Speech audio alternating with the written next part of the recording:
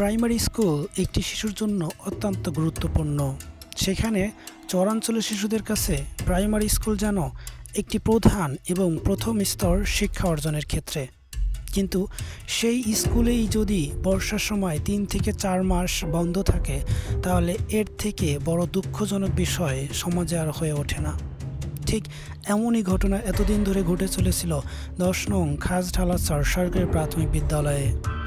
বর্ষার সময় হলেই পানিতে থই থই করত স্কুলের চারিপাশে, যার কারণে 3 থেকে 4 মাস বন্ধ থাকতো উক্ত স্কুলটি, যেখানে আসতে পারতো না কোনো শিক্ষার্থী, কোনো শিক্ষক, কোনো কর্মকর্তা, যার কারণে শিশুরা তাদের প্রকৃত শিক্ষা থেকে বঞ্চিত হচ্ছিল।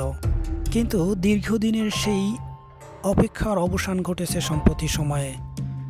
এলাকার শিক্ষক, শিক্ষার্থী এবং অভিভাবকদের প্রাণের দাবি সেখানে একটি রাস্তা তৈরির কাজ সম্পন্ন হয়েছে। এখন থেকে বর্ষার সময়ও শিক্ষার্থীরা নিয়মিত স্কুলে যেতে পারবে এবং শিক্ষা অর্জন করতে পারবে।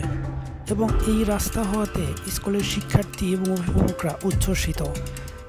এই অনুরোধ করেছেন সেটা হচ্ছে, রাস্তা যেহেতু বৃষ্টি বা বর্ষার সময় ভেঙে যেতে পারে, এই জন্য কর্তৃপক্ষকে রাস্তা সংরক্ষণ করার জন্য অনুরোধ করেছে।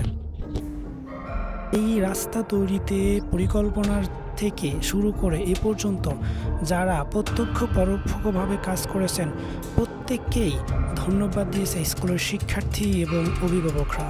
তারা বলেছে, স্কুলের জন্য, শিক্ষার্থীদের জন্য এমন আরও মহৎ কার্যাবলী ধারাবাহিকভাবে আরও করা উচিত বা হওয়া উচিত, এমনটাই প্রত্যাশা করে স্কুলের শিক্ষার্থীরা।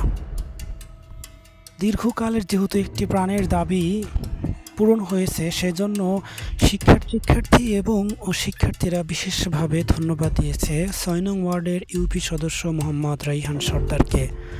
শিক্ষার্থী এবং অভিভাবকরা পাশাপাশি একটি দাবিও রেখেছে। তারা বলেছে, যেহেতু এখন শিক্ষার্থীরা রেগুলার আসে এবং রাস্তাও হয়ে গেছে, শিক্ষক যাতে নিয়মিত স্কুলে এসে শিক্ষার মান বজায় থাকে, শিক্ষার্থী এবং অভিভাবকরা জনপ্রতিনিধি, সচেতন নাগরিকের কাছে অনুরোধ করেছেন যাতে শিক্ষকরা যাতে নিয়মিত আসেন সে ব্যবস্থা করার জন্য।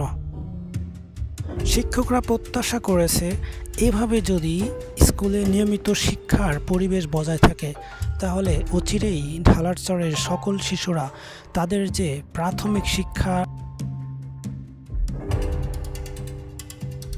পর্যায়ের যে শিক্ষা, সে শিক্ষা তারা প্রকৃতভাবে অর্জন করতে পারবে।